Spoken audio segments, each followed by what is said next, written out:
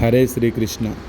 ఇవాళ పాసురంలో గోదాదేవి మనకేం తెలియజేస్తుందంటే, పశుపక్షాదులు సైతం సూర్యోదయానికి ముందే ఆహారం కోసం వెళుతున్నాయి. కానీ మనం మాత్రం మన పూజకి సమయం మించిపోతున్నా సరే ఇంకా ఆలస్యం చేస్తున్నాం. కాబట్టి శ్రీకృష్ణ పరమాత్మను సకాలంలో మనం పూజ చేసినట్లయితే అన్ని వరాలు కూడా మనకు సకాలంలో ఇస్తారు అని చెప్తున్నటువంటి పాసురం. చివరి వరకు చూడండి, తప్పకుండా లైక్ చేయండి, షేర్ చేయండి. மேய்வான் பரந்தனகான் மிக்குள்ள பிள்ளைகளும் போவான் போகின்றாரை போகாமல் காத்து உன்னை கூவான் வந்து நின்றோம் கோதக் களமுடியப்பாவாய் எழுந்திராய் பாடிப்பறை கொண்டு மாவாய் பிளந்தானை மல்லரை மாற்றியா தேவாதி தேவனை சென்று நாம் சேவித்தால் ఆవావెండ్ర ఆరాయందరులేలో ఎంపావాయ్.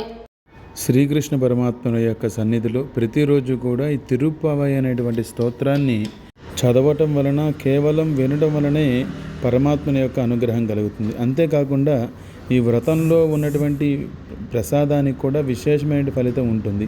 కానీ ఆ ప్రసాదాన్ని ఆలయంలో తీసుకోవటం వలనే ఆ ఫలితం కలుగుతుంది.